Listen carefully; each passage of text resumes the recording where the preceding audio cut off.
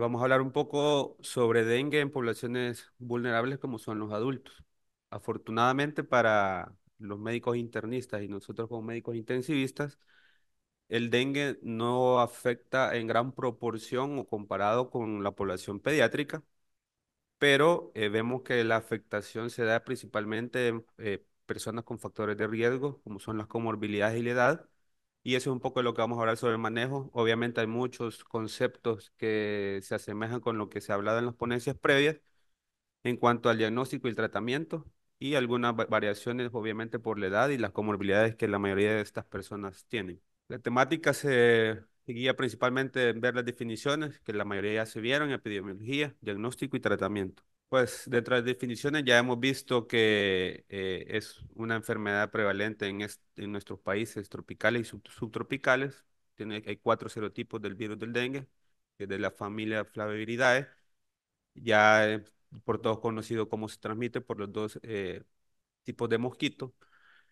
Lastimosamente, la incidencia anual ronda entre los 390 millones de personas a nivel mundial.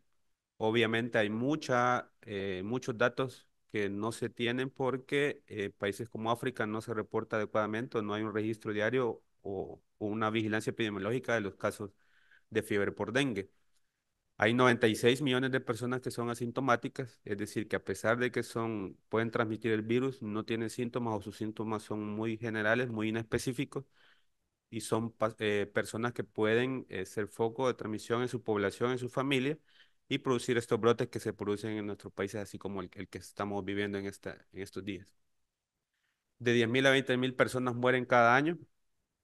Al final vamos a ver un poco del último reporte epidemiológico de la OPS, para que entendamos la importancia de conocer el diagnóstico oportuno, un manejo adecuado, para que los resultados en la mortalidad sean mucho menores de lo que se ha vivido en épocas anteriores, y muchas veces producido por el manejo incorrecto en ese tipo de enfermedad.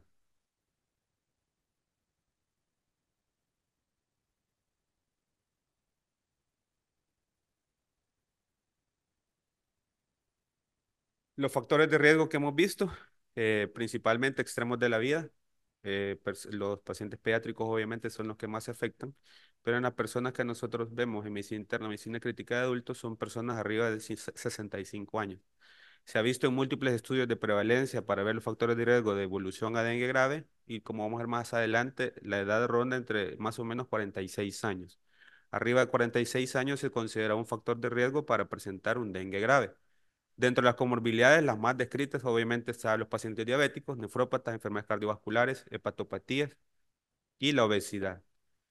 Dentro de la diabetes, lo que se ha visto, ellos en este estudio publicado en el 2021, ellos investigaron o trataron de ver, de acuerdo a todos los estudios que se habían publicado de fiebre por dengue, cuántos habían evolucionado a dengue grave o shock por dengue o fallo de órganos por dengue, y buscaban cuáles eran los factores de riesgo prevalentes, o los que eran más comunes en todos. Dentro de ellos, obviamente, ellos ya buscaban enfermedades como la diabetes, la hipertensión, la nefropatía, pero encontraron como características clínicas y de laboratorio que ayudaban a prepararnos para ver pacientes que se pueden complicar.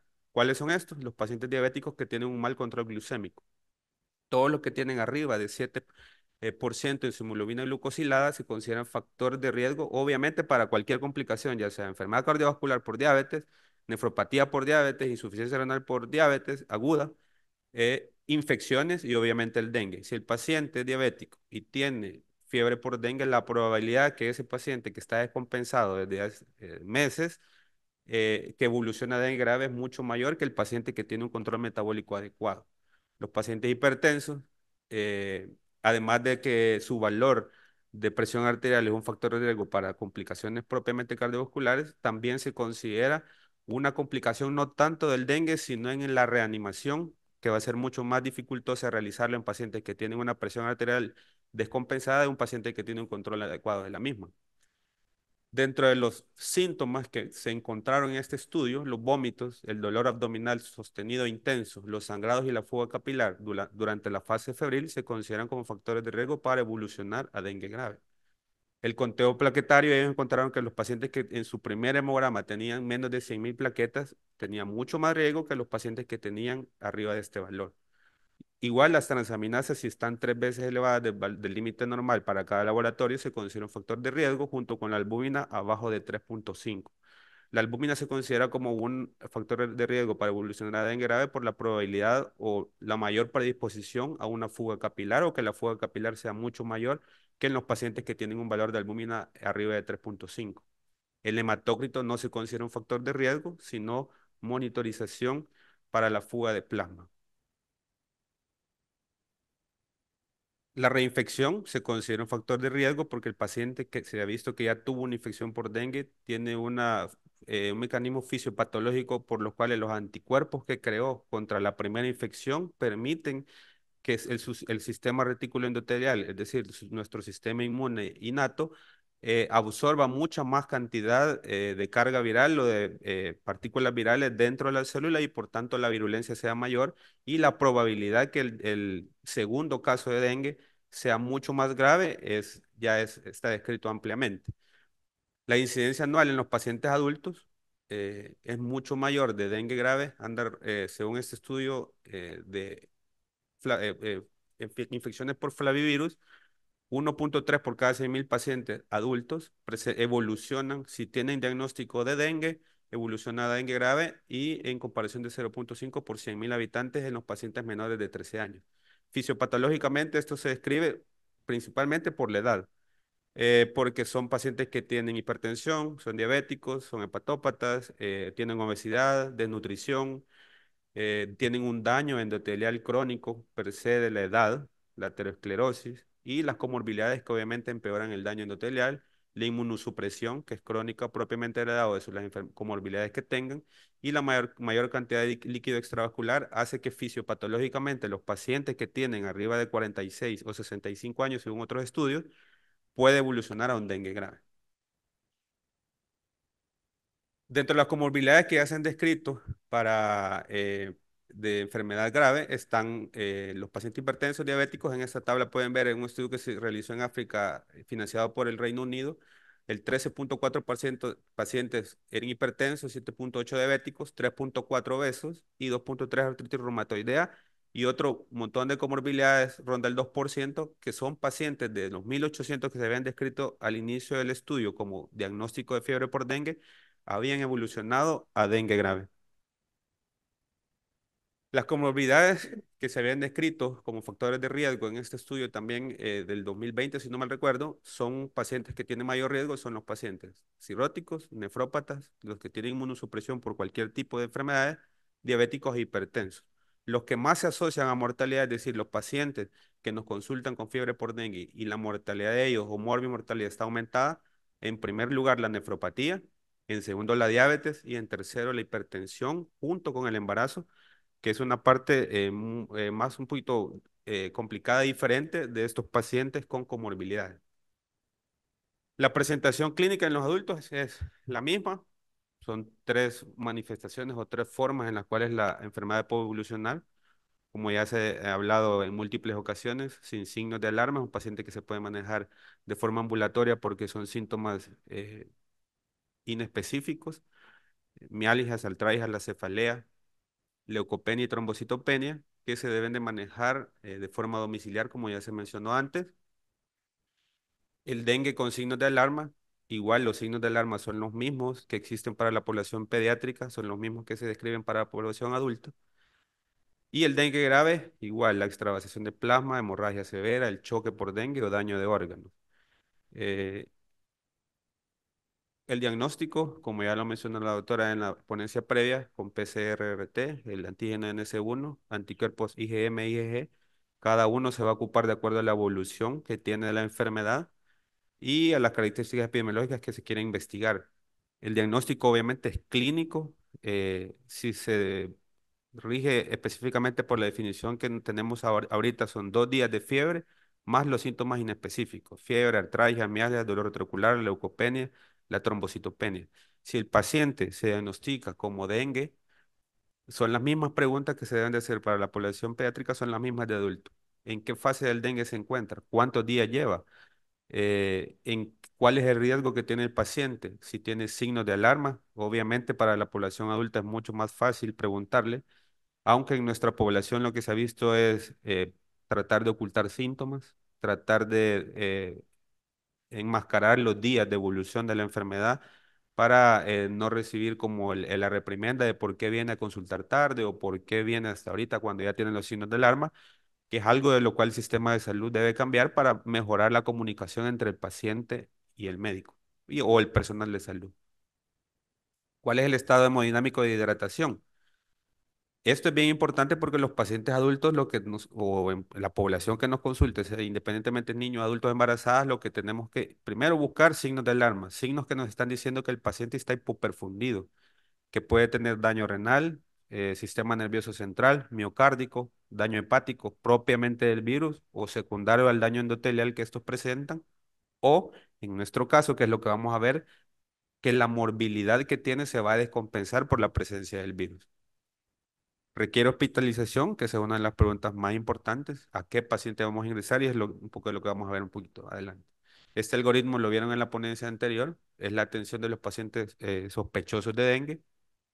Hay que hacerse las mismas preguntas, en qué fase está, si tiene signos de alarma, el riesgo social, si el paciente está deshidratado, si además de deshidratación tiene signos de hipoperfusión que o no se describen en los signos de alarma, pero son síntomas de hipotensión o de daño por poca perfusión, alteración del sensorio, la oliguria, descompensación de su enfermedad de base, el llenado capilar alterado. Son preguntas que se tienen que ir contestando durante la entrevista inicial. Hay que clasificarlo como un dengue sin signos de alarma. En estos incluye el grupo A y el grupo B. El grupo A obviamente es el que se maneja domiciliar, que ya se describió previamente el manejo ambulatorio, la vigilancia. Muy importante la educación que se le da a la familia, al paciente. Y el grupo que vamos a ver ahora es el grupo B1, que son pacientes que tienen comorbilidades. Más tarde se va a hablar sobre los pacientes embarazadas y sobre el shock por dengue que necesita un manejo en cuidados intensivos. El dengue sin signos de alarma se caracteriza por fiebre, tiene que tener 2 días o más de evolución. Los síntomas son constitucionales. Algunos síntomas cutáneos, como ya la doctora mencionó previamente, es autolimitada, 5 a 7 días en promedio. El tratamiento es ambulatorio asintomático, siempre utilizando de preferencia paracetamol, máximo 4 gramos al día, medios físicos y evitar los antiinflamatorios o medicamentos intramusculares. Y muy importante la educación en salud y la prevención.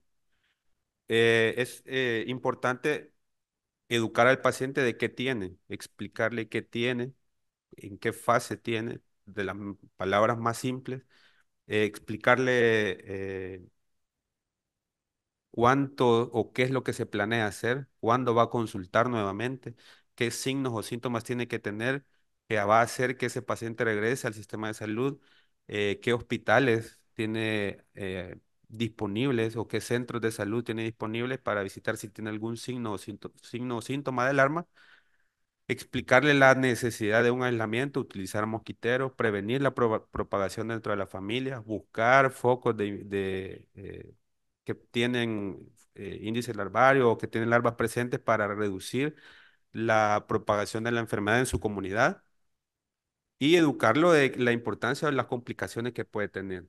Que está en una fase, si consulta en los primeros días, de una sospecha de dengue, que se puede complicar, que puede presentar daño de órganos y que eso le puede llevar a la muerte si no consulta oportunamente para que el paciente esté educado y no consulte solo por miedo, sino lo haga en base a una educación en salud, que es lo que se debería hacer en las poblaciones más vulnerables.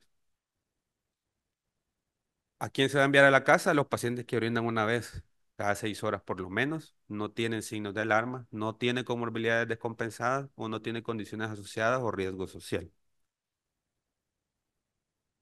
El que nosotros vamos a ver a tratar de explicar un poco es el grupo B1. Es el paciente que tiene riesgo social o que tiene comorbilidades.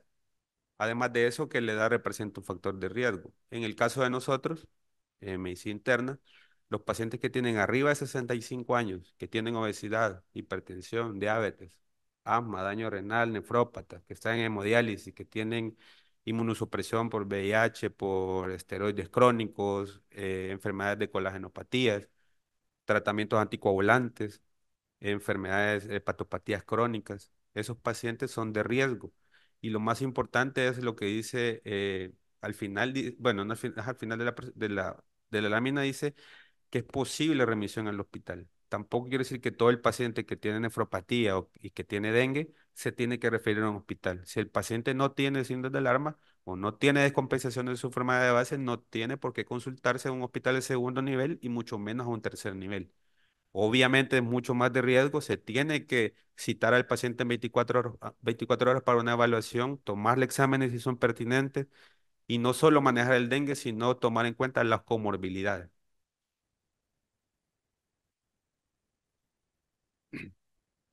El dengue con signos de alarma es diferente. Son pacientes mayores de edad que en su mayoría no tienen comorbilidades, pero existen unos que por sus antecedentes médicos se tienen que manejar de diferentes formas.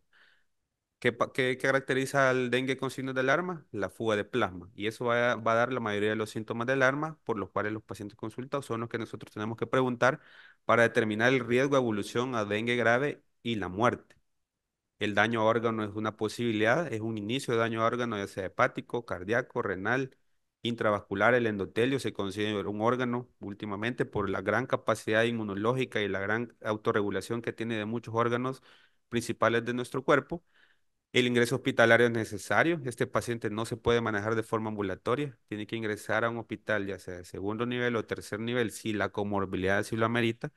Si un paciente es nefrópata, está en hemodiálisis, tiene su hemodiálisis 2 veces a la semana y tiene dengue con signos de alarma, obviamente ese paciente se tiene que enviar al tercer nivel porque la comorbilidad así lo amerita. Los signos de alarma, como les repito, son los mismos que se describen para los pacientes pediátricos. Hay mucha más facilidad al paciente preguntarle qué tiene, qué siente, cómo lo siente y la capacidad que tiene de describirlo. Pero nosotros como clínicos debemos de interrogar siempre, repetir, preguntar de nuevo, ¿siente esto? ¿Siente dolor abdominal? ¿Cómo es? ¿Desde cuándo? La semiología, la anamnesis es importante. No tenemos muchos exámenes de laboratorio, disponibilidad de exámenes de laboratorio que antes no teníamos para el diagnóstico o para monitorizar al paciente, pero si uno no tiene la capacidad de preguntar y de detectar cuando un paciente está mintiendo, cuando un paciente no sabe explicar los síntomas o cuando un paciente no tiene como la conciencia de la importancia de dar todos los síntomas que tiene, con tal de irse a su casa, con tal de no ingresarlo, con tal de que no lo manden al Hospital Rosales porque no le gusta. Esa capacidad que tiene el clínico le va a ayudar a detectar estos signos de alarma, un manejo oportuno y mejores resultados. ¿Cómo se va a reanimar este tipo de pacientes? En la OPS, en los algoritmos del manejo, ellos describen una diferencia en la reanimación. Si se recuerdan en los pacientes pediátricos, en los pacientes que no tienen comorbilidades, las cargas rondan los 10 ml por kilo por hora. Eso va a cambiar. ¿Por qué? Porque estos pacientes tienen enfermedades múltiples, que las vamos a ver más adelante, un manejo más específico. Pero en esta lámina nos vamos a concentrar en cómo reanimarlo. Es un paciente que tiene arriba de 65 años, obviamente si yo le pongo 600 ml de cristaloide, ya sea Harman o solución salina normal, no va a ser la misma respuesta que tenga un paciente de 35 años que trabaja en una carpintería, trabaja de albañil, trabaja en el campo, obviamente es una cantidad que lo va a tolerar. Arriba de 70 años, la edad, el daño endotelial, ya son pacientes hipertensos, la aterosclerosis, nefrópatas, hiperplasia prostática benigna, desnutridos, son pacientes de riesgo. Entonces la dosis va a disminuirse. La dosis la describen como 5 ml por kilo en una hora. Siempre se repiten 3 cargas y ahí se va a reevaluar. Una de las cosas que debería de valorarse y que eso lo tiene que hacer uno, porque al final esos son guías, son algoritmos, no es, voy a indicar una carga de 5 ml por kilo, la indica y vengo en una hora. A veces, y sucede, creo que todos lo hemos visto, se indica la carga, pero enfermería porque le cuesta tomar la avena, porque no hay un insumo o por diferentes situaciones, hace media hora lo logró canalizar. Y la carga apenas han pasado de los ¿qué? 400, 500, 600 ml que uno indicó, la mitad. el hecho de estar pendiente de lo que uno indica en este tipo de pacientes es importante porque no solo es la indicación, sino el cumplimiento correcto. Y para eso tiene que ser un trabajo en equipo. Si yo lo indico y tengo 8 casos, con 3 con signos de alarma, otro dengue grave, un paciente patópata, un paciente sangrando, pues la capacidad de monitoreo va a ser reducida y en esos aspectos es un trabajo en equipo, ya sea de los estudiantes de medicina, como son los residentes, médicos internos, enfermeras, la supervisora, un equipo que tenga la capacidad de detectar que es un paciente de riesgo, que la importancia de la reanimación va a hacer que ese paciente evolucione a ya no tener signos de alarma o ya no evolucionar a un choque por dengue o un daño miocárdico o encefalopatía por dengue, y eso va a mejorar los resultados. Si el paciente mejora, se va a ir reduciendo hasta llegar a 2 ml por kilo hora hasta finalizar la etapa crítica, que son de 48 a 72 horas. Es decir, ese paciente mínimo tiene que estar ingresado 3 días.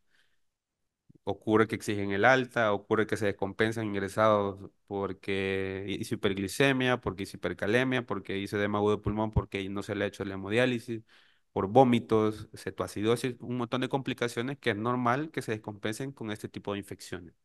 La importancia del balance hídrico, obviamente, es para todos los pacientes, no importa si son sanos, si son embarazadas, si son niños, adultos. Es importante decir, yo puse una carga de 500 ml, ¿cuánto orinó? Orinó solo 100 ml, orinó porque el paciente no es respondedor a líquidos, orinó porque el paciente solo 100 ml porque le falta volumen, o qué condición me está predisponiendo a mí que lo que yo le estoy administrando de líquidos no lo esté eliminando como debería de ser. Tiene mucha fiebre, tiene muchos vómitos. Son muchas preguntas que se tienen que hacer durante la reanimación. No es tan sencillo como no tiene signos de alarma, sí, muy bien, démosle el alta, o no tiene signos de alarma y tiene mucha fiebre, tiene muchos vómitos y ya hizo hiperglicemia. Son muchas preguntas que los clínicos deben de tener mucha experiencia y obviamente eh, con cada caso que se va tratando se va adquiriendo esta. Y la importancia de manejarse en base a las guías porque son pasos o a veces son cosas que lo detienen a uno a hacer alguna indicación médica o algún tratamiento o alguna prueba diagnóstica para mejorar los resultados de los pacientes. La reanimación sin comorbilidades, como le repito, hay que identificar problemas. Porque la guía no habla de no tenemos ambulancia, no habla de que el paciente no se quiere quedar, no habla de que el familiar no quiere que le digan que tiene dengue porque van a ir a fumigar su casa.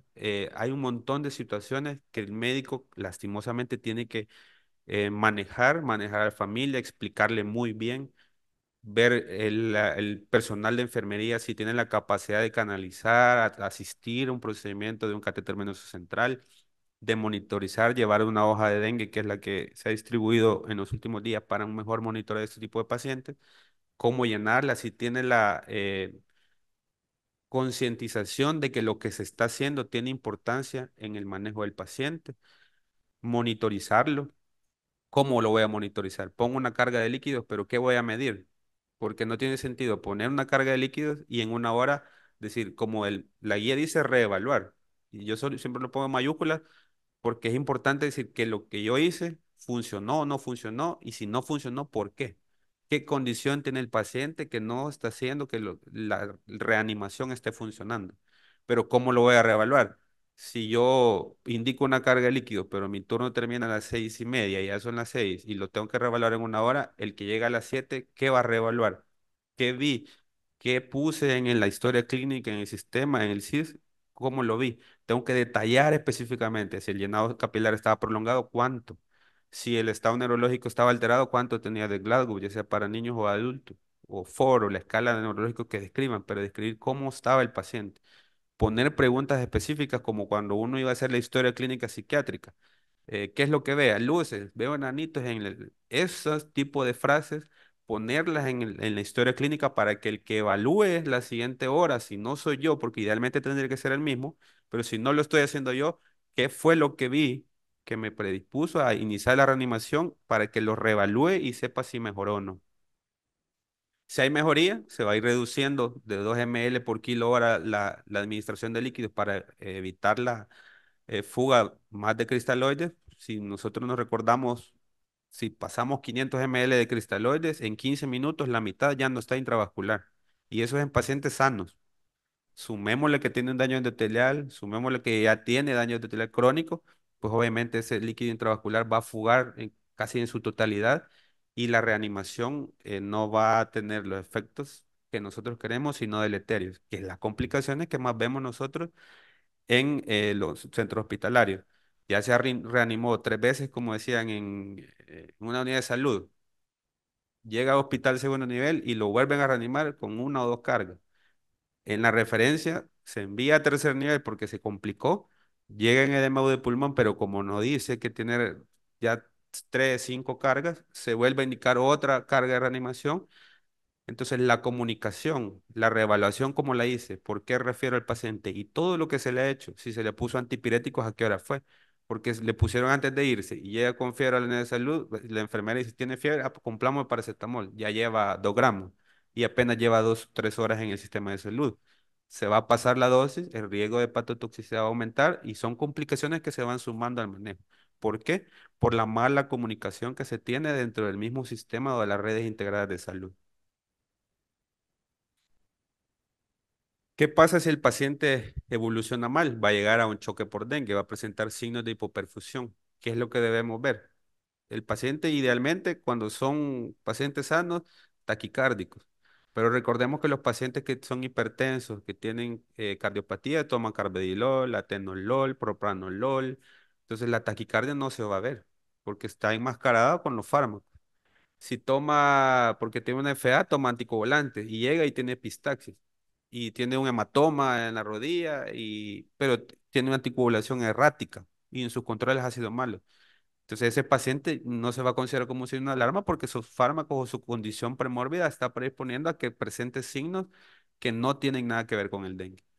¿Cuáles son los que vamos a ver? Pulso débil, taquicardia en algunos casos, palidez o llenado capilar alterado, las alteraciones en el sensorio, el patrón respiratorio, la presión de pulso menos de 20, que en los adultos se ve con menos frecuencia, pero sí indica un daño o hipoperfusión y son uno de los signos o síntomas que tenemos que evaluar en el paciente, examinarlo bien, descubrirlo.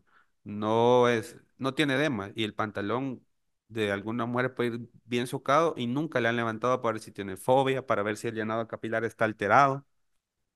Y el examen físico es importante. Si no se examina al paciente, los resultados van a ser erráticos. Claro, hay transductores en muchas unidades de emergencia, hay el equipo nuevo que se tiene en acceso en algunos hospitales, pero no en todos.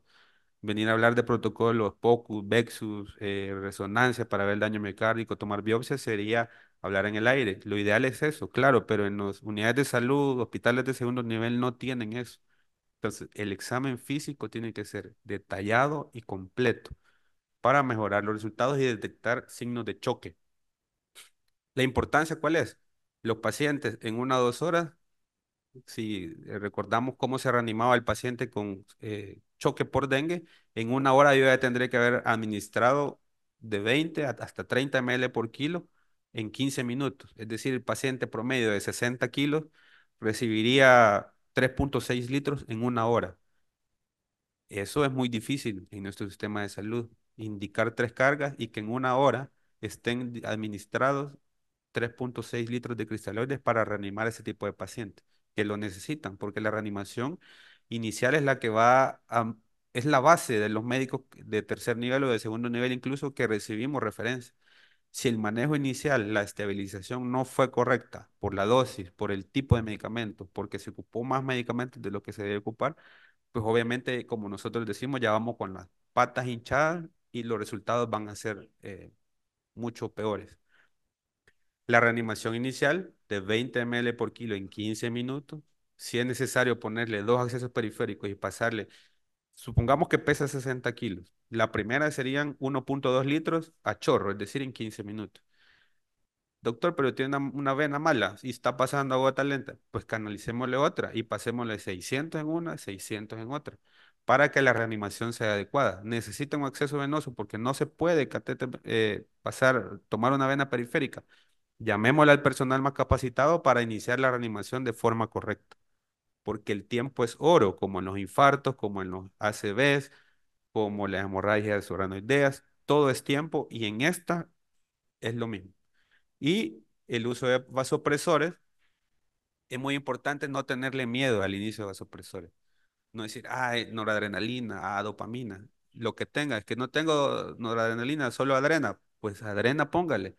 Llama al hospital de referencia y le dice, yo tengo un paciente con tales signos de hipoperfusión, está chocado, está taquicárdico, no ha orinado, ya llevo de los 3,6 litros que le iba a administrar, ya llevo 2,4 y no ha mejorado. Obviamente ese paciente no va a mejorar solo con líquido.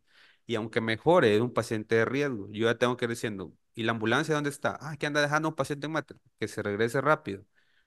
¿Qué enfermería está disponible? Vamos a buscar a la enfermera más capacitada, la más entrenada. ¿Qué médico lo va a asistir? Porque obviamente no puede ir acompañado de solo personal de enfermería porque la complicación o el manejo durante la ambulancia se tiene que continuar. No es que de Zacatecoluca al Hospital Rosales el paciente se deja de enfermar, se deja de fugar plasma y nos va a esperar hasta que estemos en la emergencia para recuperar su enfermedad y nosotros continuar con el tratamiento.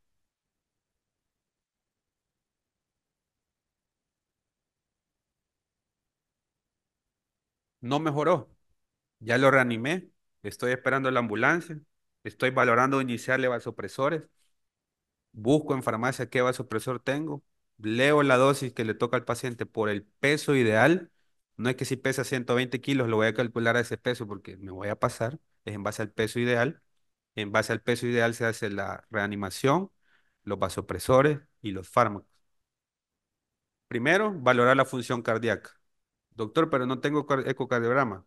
Pues hay que tomarle unas rayos X de tórax, ver si tiene cardiomegalia, ver si tiene ramas pleurales, que eso se hace desde el inicio. O sea, yo estoy reanimando, pero están tomando exámenes. Estoy reanimando, pero le mando a tomar una placa.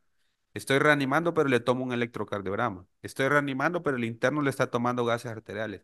Estoy reanimando, pero estoy llamando al laboratorio para ver cómo van los exámenes. Eso, y todo es en conjunto. Obviamente, un solo personal es mucho más difícil y darles manejarlo en equipo, porque eso va a tener mejores resultados. Pero puedo valorar la función cardíaca con un ecocardiograma, ver el electro, ver en ingurgitación yugular, ver si ya llevaba edemas o los edemas los presentó con la reanimación con cristaloides y así tiene 70 años, es hipertenso, es diabético mal controlado, pues la posibilidad que tenga un daño miocárdico es alta. En el electro es importante ver bradiarritmias, taquiarritmias, bloqueos AB, ya sea de primero, segundo, tercer grado, que son complicaciones que pueden presentar por el virus. Las condiciones médicas concomitantes, importante el historial, saber si ese paciente llegaba a los controles de la unidad de salud del hospital, cuando llegaba, cómo llegaba hipertenso, cuando llegaba, cómo estaba su hemoglobina glucosilada previa, sus glicemias capilares o las glicemias centrales, su glucosa postprandial, si se tomaba los fármacos, si ese paciente llegó hace 3 años y no ha consultado, ese paciente se puede complicar y la reanimación lo va a complicar mucho más. Los trastornos ácido base, como ya se dijo anteriormente, van a alterar la morbimortalidad. Solo el hecho de presentar insuficiencia renal aguda con acidosis metabólica, ese paciente aumenta su morbilidad solo con el hecho de tener esa complicación. La reanimación va a depender de la reevaluación. Son 3 cargas máximas, pero si yo detecto que ese paciente, si tenemos la capacidad, por ejemplo, en los hospitales de tercer nivel, medir la colapsabilidad de la vena cava inferior, ver la pletismografía, tomar lactato, ver gases arteriales, tomarle placa, hacer una ultra y ver si tiene líneas A o B en la ultrasonografía de pulmón, ver la contractibilidad cardíaca. Si yo aún así detecto que el paciente tolera líquido, no significa que porque la guía dice que solo son 3 cargas de líquido, ya no le voy a administrar. Yo tengo las variables clínicas de laboratorio, de gabinete para decir este paciente amerita cristaloides y va a mejorar con cristaloides o por lo menos las dosis de vasopresores no van a ser tan altas si yo los reanimo bien. Es una guía y se tiene que reevaluar con todos los parámetros dentro de lo que más se tenga completo. Por eso la necesidad de un manejo en tercer nivel. El objetivo, paciente que orine 0,5 ml por kilo hora. Existe el dicho de paciente que come no se muere. En UCI nosotros, paciente que orina difícilmente se muere. Y es uno de los parámetros que se puede ocupar. Como ya existen múltiples artículos que se describe el llenado capilar, el lactato, el estado neurológico y la diuresis, son las 4 ventanas clínicas que tenemos nosotros sin necesidad de estar viendo gases, monitoreo invasivo o no invasivo, son parámetros clínicos que podemos ocupar para la monitorización o reevaluación de ellos. ¿Cómo hacerlo? Ver la taquicardia, mejoró la taquicardia con lo que hice. El llenado capilar mejoró, se prolongó, está igual. El estado neurológico mejoró, responde más, ya está más alerta, ya conoce la familia. La diuresis, cuánto orinó. Si el paciente colabora, pues no es necesario la sonda, pero si está en un choque por dengue, difícilmente va a ser aceptable que llegue sin sonda porque es difícil manejarle la diuresis sin este dispositivo. El lactato, arriba de 2 ml por litro, se considera un índice de hipoperfusión y arriba de 2 ml de milimoles se considera un factor de mortalidad para cualquier enfermedad, para un abdomen séptico, para un choque hipovolémico, para un choque distributivo anafiláctico, para cualquier tipo de morbilidad que le complica al paciente en la hipoperfusión, el lactato arriba de 2 va a aumentar la mortalidad y nos tiene que dar una alerta, decir, este paciente necesita un manejo en cuidados intensivos o tercer nivel como mínimo. Y esta la puse ahí, la verdad es que era el inicio, el estetoscopio. Es una herramienta que se debe de ocupar en primero, segundo, tercero, cuarto, quinto, sexto nivel, en cualquier nivel de atención. Es una herramienta clínica que se debe de ocupar para cualquier tipo de paciente, para cualquier tipo de sepsis, para cualquier tipo de choque séptico, porque es una variable clínica que debe de orientarnos a cómo manejar al paciente. Dice, se reanimó con 1 litro y llega con estertores. Y el paciente tiene 30 años, no tendría por qué tener estertores. Uno ve la contractibilidad miocárdica, está bien. Y dice, no, no fue 1 litro. Aquí alguien está mintiendo, algo está fallando, o el de verdad el paciente tiene un daño endotelio tan crónico y severo que me está aumentando la fuga capilar. La pletimografía es algo que pueden ocupar en hospitales de segundo nivel.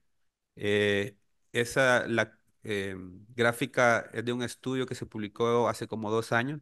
Lo que ellos buscaban específicamente en cirugía cardíaca, pero se puede traspolar a cualquier tipo de shock, es ver cómo estaba vasodilatado el paciente en base a la pletismografía. ¿Qué es eso? Poner el monitor no invasivo, ponerle su saturómetro y ver la forma de la curva.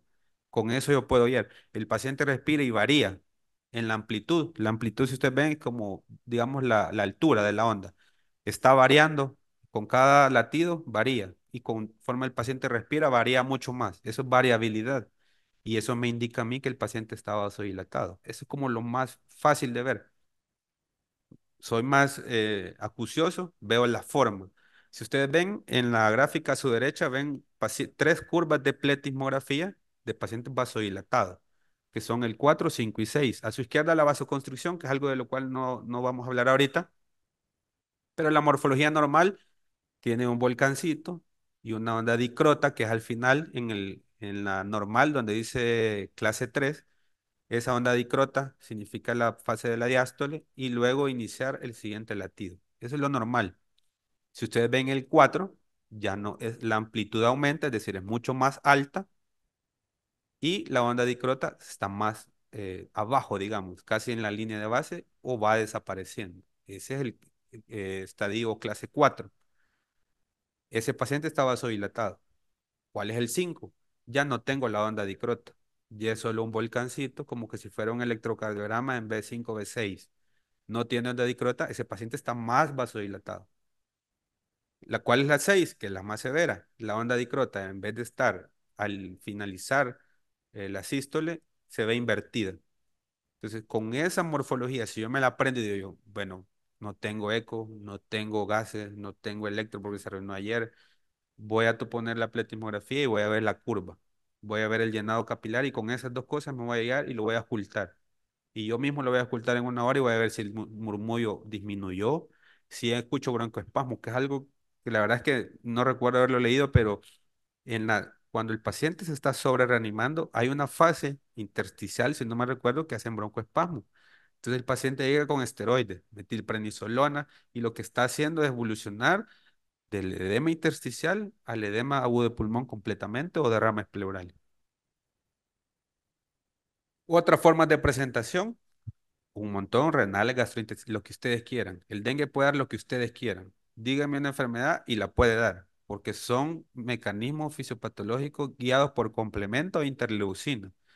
Como todos los virus, bueno, no como todos los virus, si no me equivoco, es el único virus que causa más vasodilatación, que causa un daño endotelial tan severo que no es lo mismo ver un paciente en choque séptico por un abdomen séptico que yo pueda administrarle cargas de líquido, expansor o utilizar fármacos especiales y el paciente va a mejorar y no va a fugar tanto, no va a hacer tanto derrame pleural, tanto derrame pericárdico, tanto derrame peritoneal como lo hace el dengue. Es una característica especial y muchos pacientes de los que nosotros recibimos en tercer nivel no llegan complicados en realidad porque el dengue, porque mucha plaquetopenia, porque van sangrando. Dos características. Tiene daño miocárdico y hace el edema agudo de pulmón o derrames pleurales o se sobre reanimó porque se utilizaron dosis inadecuadas porque era obeso o porque se pusieron más cargas al inicio o porque se repitieron durante todos los niveles de atención a los cuales fue consultando. El tratamiento, no antivirales, no hay ninguno demostrado. En Malasia, en el 2019 tuvieron una pandemia, utilizaron muchos fármacos antivirales porque tienen la capacidad de hacerlo. Ninguno funcionó, no disminuyó la mortalidad. En el dengue sin signos de alarma, el reposo, antipirético, aislamiento. Importante el aislamiento, no ser un foco de transmisión para la comunidad. El dengue con signos de alarma, lo importante es la fluidoterapia y monitorizarlo. Es decir, ¿qué hice? ¿Qué le puse? Le puse paracetamol y en una hora sigue con fiebre. Le puse medio físico y sigue con fiebre. Voy a valorar una segunda dosis de antipirético, una segunda dosis de antiemético. Voy a poner cristaloides o ya necesita expansor de volumen o ya necesita vasopresores y pasar a shock por dengue. En el shock por dengue la fluidoterapia inicial es importante, tiene que ser completa, bien detallada en base al peso y describirla bien, porque estos pacientes van a llegar al tercer nivel y allá si llega chocado le van a volver a poner las cargas de líquido y eso se los aseguro. Vasopresor, iniciarlo en el momento indicado, no esperar, no tenerle miedo a poner vasopresor, al contrario, que el vasopresor sea su amigo. La noradrenalina es la amiga, más de nosotros los intensivistas. Nos salva, nos ayuda a mejorar al paciente, estabilizarlo mientras recuperamos la condición a la cual lo llevó al choque. Si es por vena periférica, pues por vena periférica, pero la comunicación es importante. Doctor, tengo un paciente con choque, ya intenté canalizarle dos venas y no pude, solo lleva una y en una va la carga de líquidos y ahí mismo va el vasopresor. Pero el que está esperándolo ya sabe que va a llegar un paciente chocado, sin acceso venoso central y la posibilidad de que se complique a una muerte incluso en el traslado. Explicarle al paciente, mire, o al familiar en este caso, su paciente está mal. La probabilidad junto con un Apache 2, un SOFA, un Quick SOFA de mortalidad es esta y lo vamos a trasladar bajo los riesgos que eso implica y va a llegar a un hospital de tercer nivel donde la mortalidad va a ser la misma, porque el manejo no va a variar, no es que tengamos un medicamento para que se detenga el shock por dengue y ya estuvo. La probabilidad de que muera es muy, muy alta para que el paciente esté educado, para que el familiar entienda que aunque esté en tercer nivel con la mejor atención, la mortalidad es alta. Eh, Hay que detectar al paciente en qué fase está, hay que estabilizarlo y trasladarlo en las mejores condiciones. No es que, como ya lo aceptaron, ya no lo reanimemos. O la misma carga que tiene, esa es tú, y que vaya a la misma cristaloide. Y la hora es 10 de la mañana y son las 4 de la tarde y sigue pasando el mismo. Y pasa, no es que no pase, así pasa. Y ese tiempo es el que nosotros ya no podemos recuperar en ningún hospital, sea el Blum, sea Maternidad, sea el Rosales, Hospital El Salvador. Es tiempo perdido que va a afectar en los resultados. Y hoy vamos a hablar un poco, para ir finalizando, de cómo cada comorbilidad las más frecuentes. En los pacientes diabéticos, considerar complicaciones agudas. Un paciente con cetoacidosis pega con fiebre, dolor abdominal, vómito y no es dengue. Y la fiebre es por una IBU. No todo es dengue. El paciente diabético que tiene dengue también se puede complicar. También le puede dar ceto durante su fase de dengue. También puede hacer un estado hiperosmolar. También puede hacer hipoglicemia porque no come, porque está vomitando, porque está deshidratado, porque está en choque, porque la absorción de insulina es errática. No se recomienda insulina subcutánea porque el paciente está chocado, tiene hipoperfusión, no se va a absorber adecuadamente. Es mejor utilizar una infusión endovenosa. El control idealmente, entre 140 a 180 miligramos por decilitro. Ese es nuestro rango. Mantener un paciente diabético con dengue, ya sea con signos de alarma o choque por dengue, lo importante es mantener un control estricto para evitar hiper o hipoglicemia. Alto riesgo de sobrecarga por su daño endotelial. Todos los pacientes diabéticos, hipertensos, obesos, nefrópatas, hepatópatas tienen mucho más riesgo de fuga capilar que los otros pacientes que solo tienen como factor de riesgo la edad. Tienen alto riesgo de culopatía, enfermedad cardiovascular. Un paciente diabético con fiebre y dolor se puede infartar fácilmente. El electrocardiograma de base es importante. Lo tomé, pero quedó en el hospital periférico. Es que no, como que no lo había tomado, porque yo necesito el electro para verlo aquí y compararlo cuando le duela, tenga dolor precordial o cuando esté haciendo bradiarritmias. Porque si quedó en el hospital periférico, en la unidad de salud, en la casa, no funcionó. No tengo una base, no tengo un hematócrito, no tengo plaquetas, no tengo función renal, que es importante para determinar el pronóstico y lo que se va a hacer en el tratamiento. Los pacientes hipertensos, considerar la hipotensión relativa. El paciente llega a controles a la unidad de salud y 170, 100, 160, 100. Ocupa amlodipino, verapamilo, furosemida, carvedilol. No se las toma y siempre llega así. Entonces llega por fiebre, por dengue, porque tiene 2 días, mientras atrás, el nieto tiene dengue, pero tiene 140 o 130, 100. Ese paciente ya disminuyó 40 milímetros de mercurio de su hipertensión, de su presión basal. Eso ya se considera hipotensión, porque no es el valor que él maneja. Ya eso le va a causar daño a órganos. Ya se puede traer del sensorio, puede hacer oliguria y todas las complicaciones que implica la hipoperfusión. Los fármacos, como les repito, los betabloqueadores nos van a evitar muchos de los síntomas. Puede tener edemas, la amlodipina da edemas y no se ha sobrecargado. Si no es que ya tiene 8 años con amlodipina o nifedipina y ya tiene edemas crónicos. Tomar en cuenta la cardiomiopatía de nuevo o que ya lo tiene. Por eso es importante el electro, ver si tiene hipertrofia ventricular, si ya tiene trastorno de conducción, si tiene bradiarritmias, si ya tiene daño en pericardio y se ven signos de pericardio, si tiene alteraciones en la conducción, para compararlo con la evolución durante el ingreso. La reanimación es mucho más acuciosa en diabéticos, hipertensos y nefrópatas, porque obviamente al nefrópata no le voy a poner 600 ml de cristaloides. Es seguro que en 10, 15 minutos va a empezar a toser, en 20 va a tener hemoptisis, en 25 aleteo nasal, en 30 tiraje y en 40 está intubado.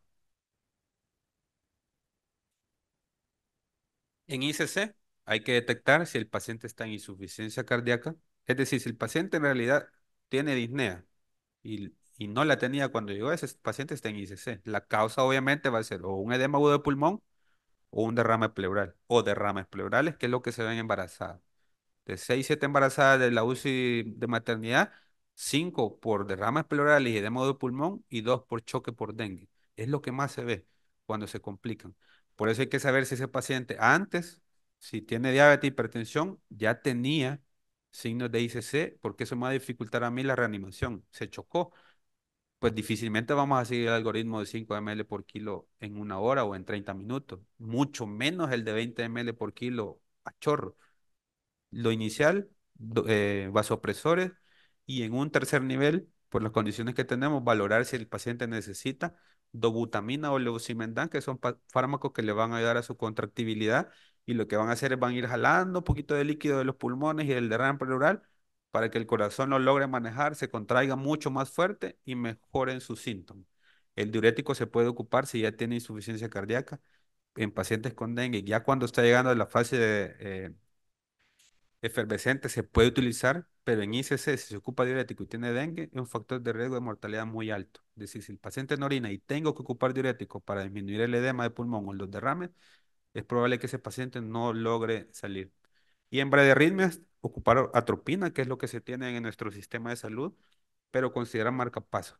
Informar, ese paciente tiene bradiarritmia, no mejoró con atropina y la posibilidad de que ocupe un marcapaso es alta para que el hospital de referencia esté preparado.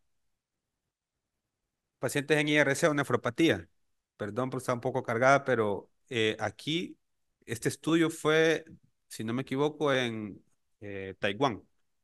Hace 4 años ellos investigaron qué tanta incidencia había de falla renal en pacientes con shock por dengue. Todos investigaron en base a la escala AKI, CADIGO o clínica, diuresis. Y todos tenían falla renal en un grado. Es decir, el paciente que tiene shock por dengue y no orinó las primeras 2 horas, en realidad tiene falla renal. Que la creatinina no la haya elevado no significa que no la tenga. Ellos se fueron. partiendo de la base clínica que todos estaban, o la mayoría de los pacientes, dentro del, si no me recuerdo, 64% tenían falla renal aguda, de todos los que vieron, de todos estos estudios que ustedes ven aquí, se fueron un poquito o elevaron los parámetros y se fueron con creatinina arriba de 2 o si presentaban acidosis metabólica. Obviamente los pacientes que presentan falla renal y shock por dengue, la mortalidad llega al 94, del 84 al 94% porque casi siempre elevación de creatinina con acidosis metabólica, más el choque, más todos los signos que tiene de plaquetopenia, factor de coagulación, y eso hace que la mortalidad aumente. En estos pacientes que tienen factores de riesgo, inmunosupresión, mal dializado, desequilibrios hidroelectrolíticos previos, acidosis crónica, urémicos, con alteraciones hormonales por su hiperparatiroidismo secundario, son pacientes que se van a complicar muy fácil. Solo el hecho de tener fiebre ya los va a poner mal, los va a poner encefalópatas, el hecho de tener fiebre va a ser hipercalemia, la acidosis va a empeorar, la poca reserva de diuresis que tienen va a disminuir y la reanimación no va a ser una herramienta para, para tratar este tipo de pacientes.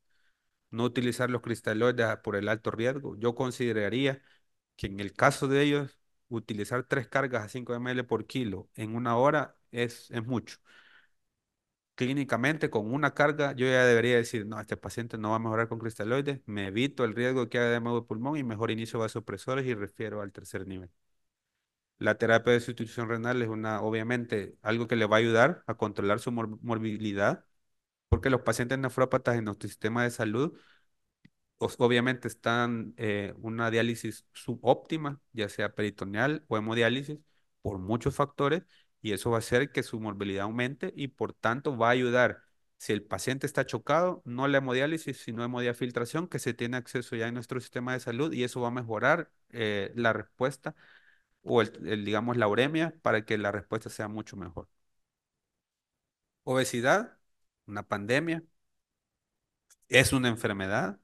Debemos de entender que es una enfermedad que es un daño endotelial crónico, que esa obesidad va a ser daño hepático, daño miocárdico, daño cerebral, daño endotelial crónico. Sumémosle el dengue, sumémosle la dificultad de intubar a un paciente de estos, de ventilarlo, de manejar el shock, de trasladar a un paciente que pesa 300 kilos. Ni siquiera hay una cama, no se puede tomar TAC porque no resisten los tomógrafos o los resonadores. Entonces, dificulta mucho el manejo de estos pacientes. El riesgo de hepatitis es muy alto. La incidencia de hepatitis en este estudio de los chinos decía que el 68% de los pacientes obesos que tienen dengue grave, su manifestación inicial era transaminasa arriba de 1000 o durante la evolución presentaban la hepatitis. Si el paciente necesita reanimación es en base al peso ideal. Hay varias fórmulas, incluso en la OPS hay una fórmula para calcular cuál es el peso ideal y en base a eso calcular cristaloides. Como le repito, la ventilación, cuánto de volumen entidad le voy a poner, cuánto de fármacos le voy a poner y muchas variables que van a ser necesario tomar en cuenta para el manejo. Si el paciente necesita ventilación mecánica porque se sobrecargó, le calculé mal el peso ideal y me pasé de líquido, a las 3 cargas empezó a ponerse isnéico, taquimnéico o cianótico incluso, o empiezo a ver que está haciendo insuficiencia respiratoria, valoren la BNI. La BNI es una herramienta que evita la ventilación mecánica y por tanto utilizar la BNI va a reducir la mortalidad de los pacientes obesos con shock por dengue o con signos de alarma. Esta creo que es la última. Coloides es la segunda línea de reanimación. Ya está descrito que tiene incidencia de falla renal, pero en algunas guías lo toman como segunda línea. Nosotros como cuidados intensivos preferimos cristaloides porque está demostrado casi el mismo efecto y la menor incidencia de complicación. Transfundir plaquetas, ¿cuándo? Cuando se va a hacer un procedimiento. Es que, doctor, no se transfunden plaquetas porque es dengue y no sirve. Sí, pero yo lo estoy haciendo para poner un catéter. Lo estoy haciendo para hacer un procedimiento quirúrgico. Lo estoy haciendo porque le voy a poner una sonda y necesito evitar el sangrado. Para ese tipo de pacientes, sí. Hay un estudio de pacientes embarazadas en Brasil. Ellos utilizaron la eh, transfusión, terapia transfusional, en base a tromboelastografía. Y sí les funcionó. Porque ahí determinaron que no era plaqueta lo que necesitaba, sino era plasma fresco congelado o crioprecipitado, es una segunda medición. Eso redujo el hematoma intraplacentario, evitó el aborto disminuyó el sangrado transvaginal, eran solo 5 casos, pero parece que en base a eso iniciaron nuevos estudios. No los busqué, la verdad. Sería bueno valorar todavía porque es una herramienta que se puede utilizar. Nos da en vivo la coagulación y nos permite decir, no le falta plaquetas, le falta factor de coagulación, ya sea con plasma o con crioprecipitados o fármacos especiales para disminuir el sangrado, sobre todo en pacientes que tienen sangrado severo o CID o que el sangrado implica un riesgo de mortalidad. Hay que buscar opciones. La glucemia, el control es fundamental en cualquier enfermedad. Los desequilibrios hidroelectrolíticos, hipocalemias, hipocalcemia son los más frecuentes. Los esteroides están indicados en dengue cuando tiene el choque. Cuando es un choque refractario, se ocupa el esteroide como un choque refractario, no como tratamiento para el dengue, sino como manejo del choque refractario. Y también está indicado en miocarditis. La autora mencionaba que la incidencia va aumentando. Yo creo que no es que aumentó, sino que hoy tenemos mucha más acceso a transductores, ver la contractibilidad cardíaca y se ve que la FEBI está reducida, que tienen derrame pericárdico. Y esos son indicios que si el paciente no lo tenía antes o no tiene factores de riesgo para tenerlo, que es de nuevo y es una complicación que hay que tratar. Por eso la incidencia va aumentando, porque hoy nuestro hospital, por ejemplo, Rosales, ya tiene un transductor por UCI. Creo, sí, un transductor por UCI, ya tienen servicios de hospitalización, ya hay acceso en la emergencia, los radiólogos no ayudan. Y eso hace que sea mucho más fácil detectar, guiarnos por el diámetro de la vena cava inferior, ver la contractibilidad cardíaca, ver derrames pericárdicos, ver el patrón que tiene la ultrapulmonar, capacidad de hacer Doppler, el protocolo Vexus, POCUS, el interés de los residentes, de los estudiantes por aprender, que son las nuevas generaciones las que nos van guiando a nosotros porque ellos son los que están más interesados y en nuestro hospital son los que más experiencia tienen que incluso los médicos que deberíamos de tener mucha más experiencia, y eso es bueno, y eso habla muy bien de la capacidad que tiene el estudiante de tener un manejo integral del paciente. Inmunoglobulinas humanas en estudios no se ha comprobado, la N-acetilcisteína solo en hepatitis, sí hay algunos estudios que demuestran que disminuye la mortalidad y la mortalidad de los días de ingreso, y las transaminasas bajan mucho más rápido los niveles séricos. Esta es la última. Esta es la situación epidemiológica que se reportó el viernes. En rojo ven los casos de este año, en celeste o verde, si no veo mal, los del año pasado y amarillo. Ven la gran diferencia de casos. Son 131.447 casos sospechosos, 34 muertes hasta el 5 de julio, pero habría que ver cuántas llevamos nosotros y ver en comparación de cuánto tiempo llevamos con esto, nuestra población. Y yo creo que sería de tomar en cuenta por qué la importancia de dar estos temas, porque creo que todavía no dimensionamos lo que puede pasar y que nuestro sistema de salud no es el perfecto. Tenemos muchas dificultades que se suman a que esa curva, a pesar de que va disminuyendo, nuestra población tampoco es que va a aumentar y va a llegar a los niveles que se vieron en la semana 9, 11, porque fue en Brasil, Perú, Argentina. Digamos que vamos en subida y hay que tener, estar preparados. El trabajo en equipo, el enemigo es el zancudo. Si no prevenimos, esto es hablar en el aire.